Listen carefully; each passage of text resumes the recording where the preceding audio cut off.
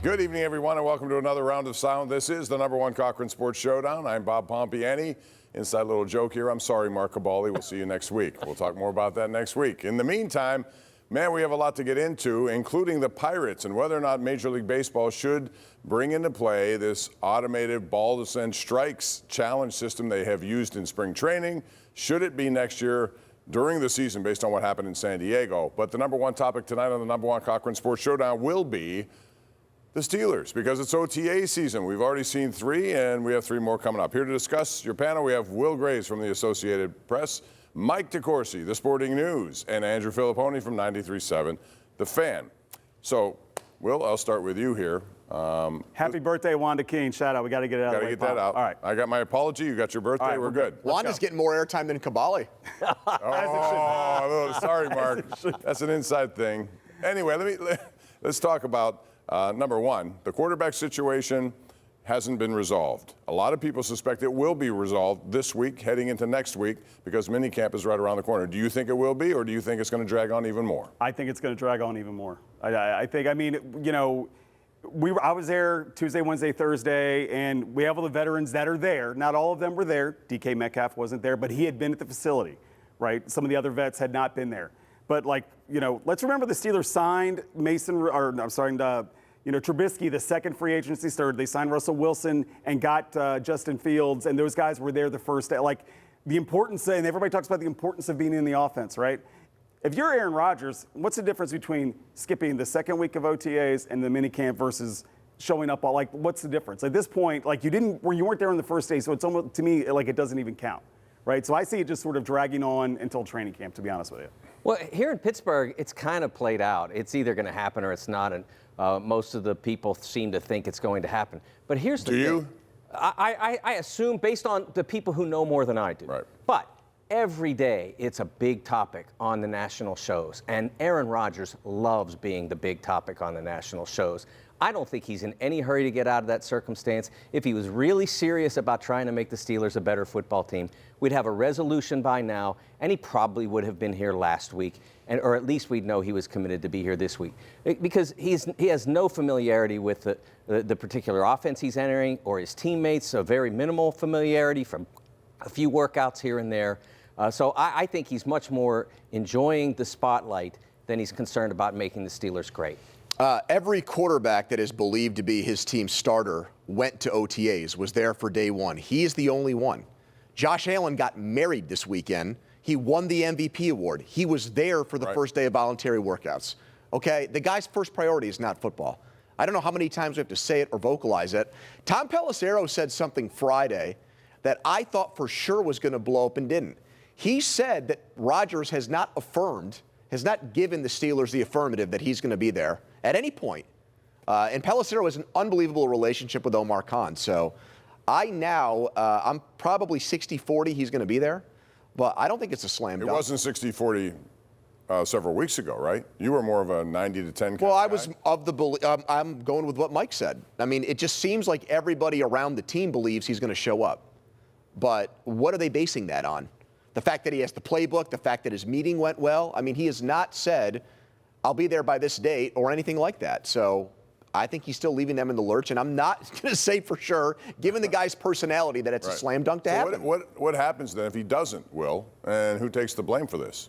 What do you mean, the blame? I mean, I think we were talking about this on the show for months, right? I mean, they blundered themselves into this situation, right? I mean, the Steelers have pratfalled themselves into this situation where they're at the mercy, where Terry Bradshaw is going on some 50-watt radio station in Arkansas talking about guys eating bark, right? And it becomes national news. Yeah. I mean, that's the level that we're at, where your Hall of Fame Mount Rushmore guy is calling you out for being a clown show.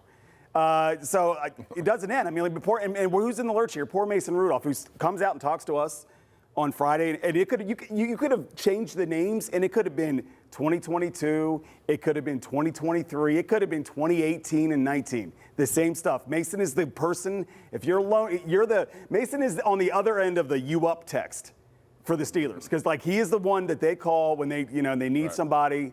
And I just think that, he's just going to stand there and hold the bag for a while, and then Aaron Rodgers will show up and be the guy.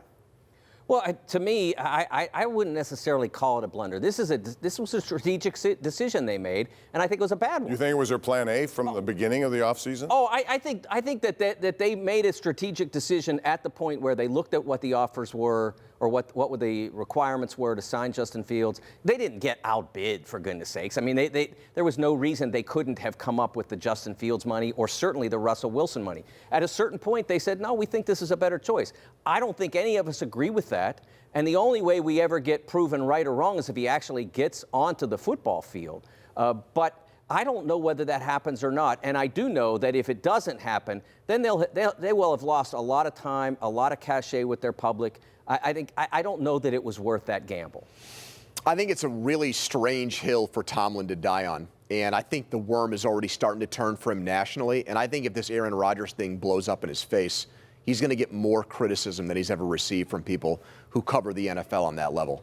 Because Aaron Rodgers is not a popular figure nationally, and I think hitching his wagon to Aaron Rodgers, if it backfires, whether that's him not showing up or him just not playing well this year, I think is going to change people's perception of him. Another big story that came out this week, Will, was Jonnu Smith. I don't know if it's an accurate story or not. Adam Schefter put it out, but it seems to me... I call it slow news day. It was a Thursday and nothing was going on. But when he puts it out, it takes on another level. Sure. And it seems to me like there was some shenanigans behind the scenes maybe that Jonnu's agent said, hey, I need this, my guy needs some money. Put out some... I don't know what goes on behind closed doors, but do you think he would be a good fit for the Steelers, given the fact he had 88 receptions and almost is like a number 2 receiver? I mean, he wants more money. Didn't you just pay your tight end last year? Didn't you give your number one tight end money? So, can't you have two? No. No, not when you need a receiver, when you need an actual guy that can line up on the outside. He's not a receiver with 88 catches? I mean, he's another big dude you put in the middle, third of the middle of the field, right? I mean, you need somebody that can stretch, that can complement DK Metcalf. He's not that guy. Bob, he's a needle mover for you at 30 years old, and you got to pay him more money? No. That's what I mean. So why do it? Because they need a number 2 receiver. But to what end? If you're saying he's not he may be better than Amari Cooper, Keenan Allen, Mike, any of these other guys. I think a guy who caught 88 balls is a worthwhile concept. It depends on the price. Right. And that price is in terms of acquisition and compensation. Right. I think the price is the key there. Do I think that you can have a really effective offense with 2 tight ends and a great wideout like DK Metcalf? Hey, it hasn't been that long since the Patriots had 2 elite tight ends. One of them didn't turn out so well, but it worked for them, and they won Super Bowls. Yeah, so, all right, we'll find out how it goes. I don't think there's much to that story, by the way. I just wanted to bring it up. When we come back, we're going to talk about T.J. Watt, another story, because he's not at OTAs, which is not unusual. This happened the last time he was going through a contract dispute. We'll get into that and more as we continue right here with the #1 Cochran Sports Showdown. Sorry, Mark.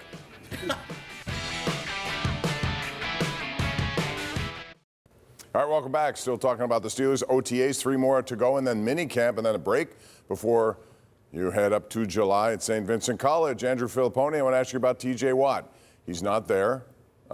He's a guy who has 1 year left on a contract. What strategy should the Steelers employ here? Because they have options. Who has the most leverage in this battle? I would say they do.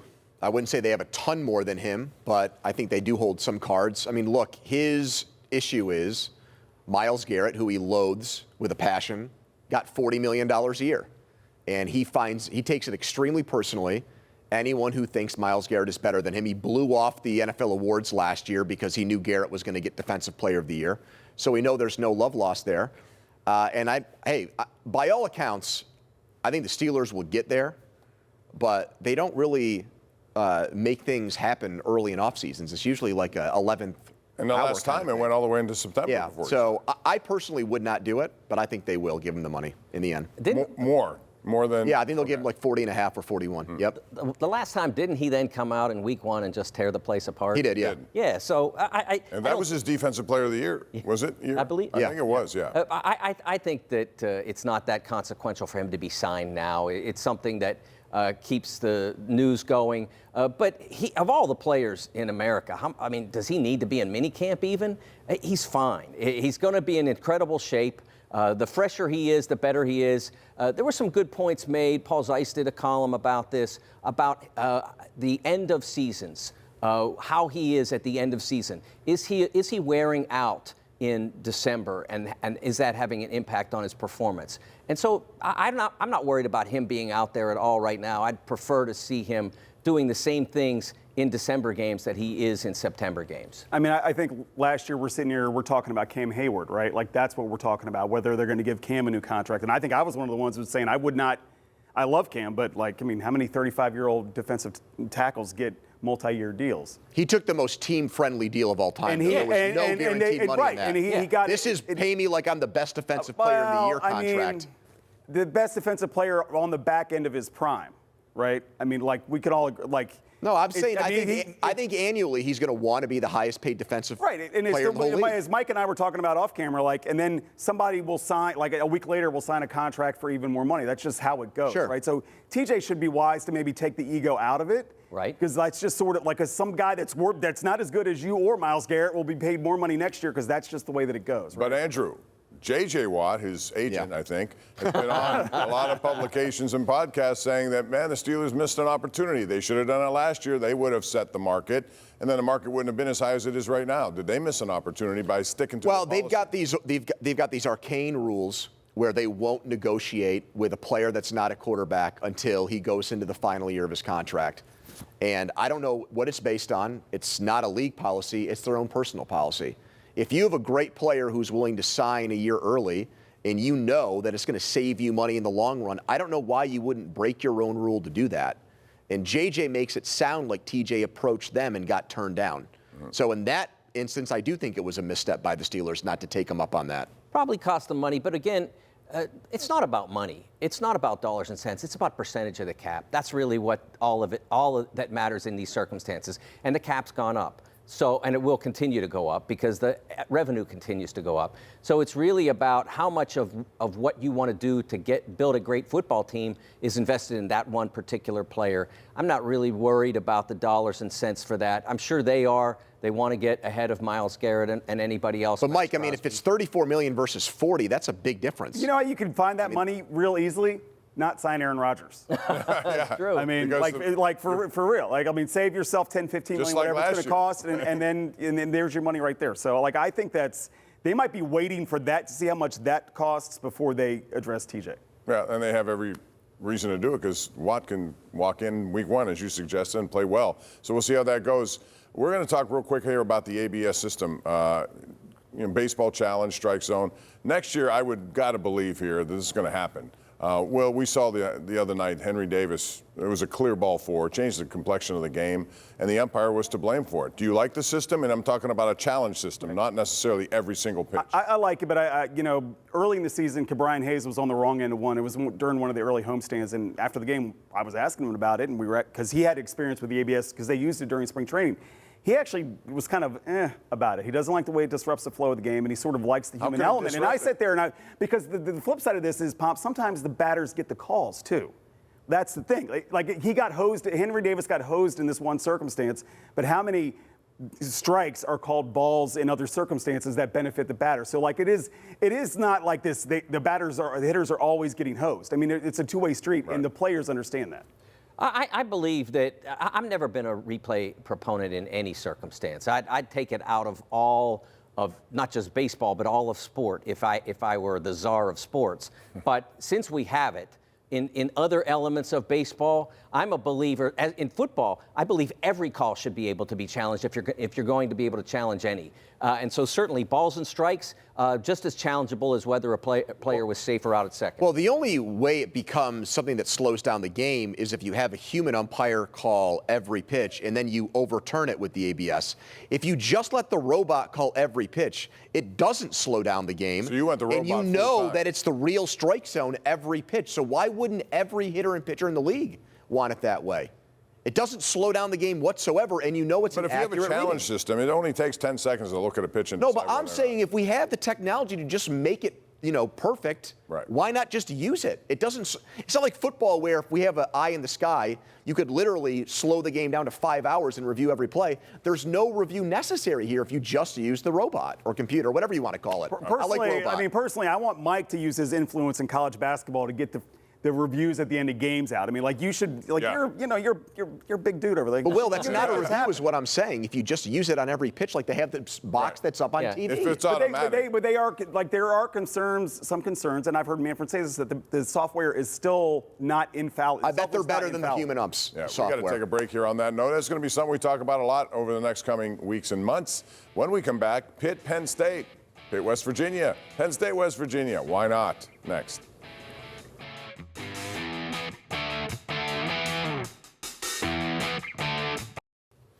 All right, we're going to bring this topic up. It's one that we've talked about before. It's Pitt, Penn State. Why don't they play the game? Pat Narduzzi wondered that. Why is this game not scheduled every year? Andrew, your take on that. Actually, Mike, I'm going to start with you because you're the guy who deals with this kind of stuff all the time with the sporting news, and you're involved in so many things on the Big Ten Network. So why can't that happen yearly? Oh, it should happen, but the problem is that since its inception, and even in the 4-team era of the college football playoff, the selectors on that board have never incentivized strength of schedule. And so it became just try to stay unbeaten as long as you can. If you only lose one, you got a shot. But if you lose two, you're probably not making it. That's what it became. And so, okay, so we had Pitt, Penn State in a time when Penn State had to play both Ohio State and Michigan guaranteed every year. They were in the same division. That was really hard. And then the games happened, and they were great games. And that didn't help Pitt.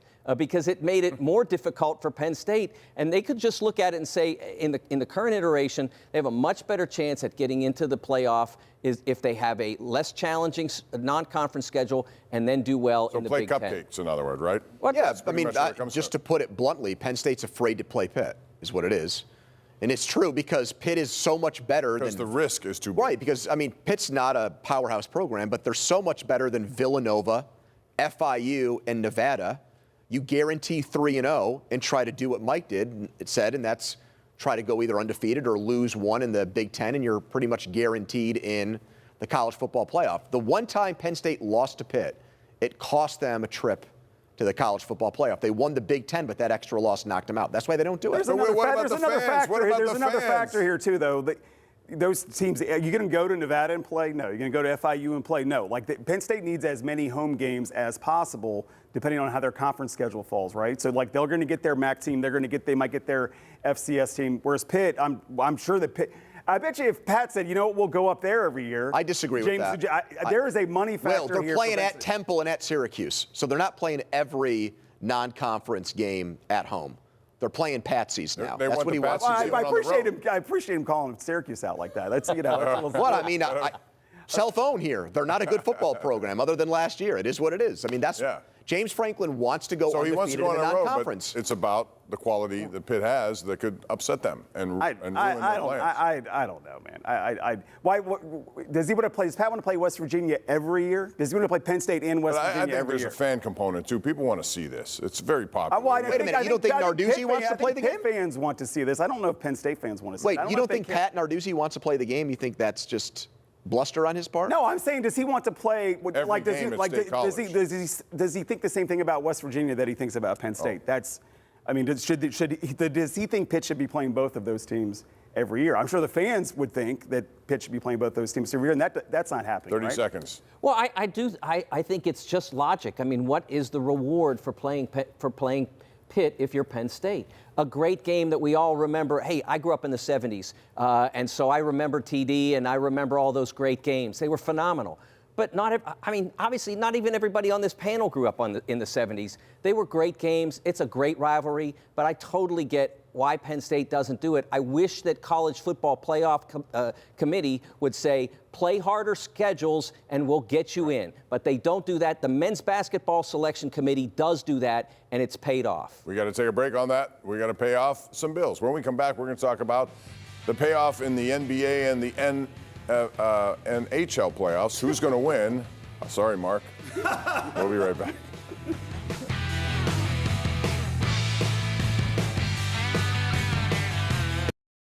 TJ McConnell, the Pacers are going to take on OKC. They're heavy underdogs. And then you have the Oilers and the Panthers in a rematch. So 30 seconds each. Andrew, who do you like and why?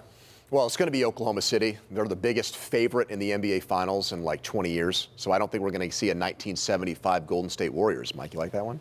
That's one of the great upsets in NBA history. It's not going to happen here. And I think it's going to be Florida beating them again. I don't know about that. Go ahead. Who do I like and why? I like the Pacers, and why? Because I want to go home tonight. My wife loves the Pacers from our 10 years in Indiana, so definitely we're going to put our hopes on Tyrese Halliburton and company. As for the hockey, I think the Oilers, it's finally time. Connor McDavid's been there so long, been so great so long. I think they finally get one. I'm sorry, you go home, but SGA, my kid's been on SGA for 3 years. He is the best player in the league right now. I think the Thunder win relatively easily, and they're a good team. Great team.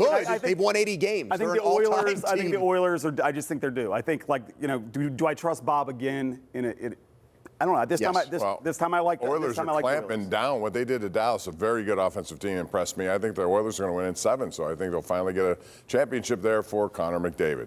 All right, I want to remind you that when your number is 1 and it's in your name, you always have to bring your A game, and that's exactly what they do at number 1, Cochran. With 2 convenient locations in Monroeville and Butler County, more than 200 new models in stock and all-star offers for every budget and every lifestyle. Drive home a winner when you visit number 1 Cochran Subaru or shop online, CochranSubaru.com, CochranSubaruButler.com as well. We'll be right back.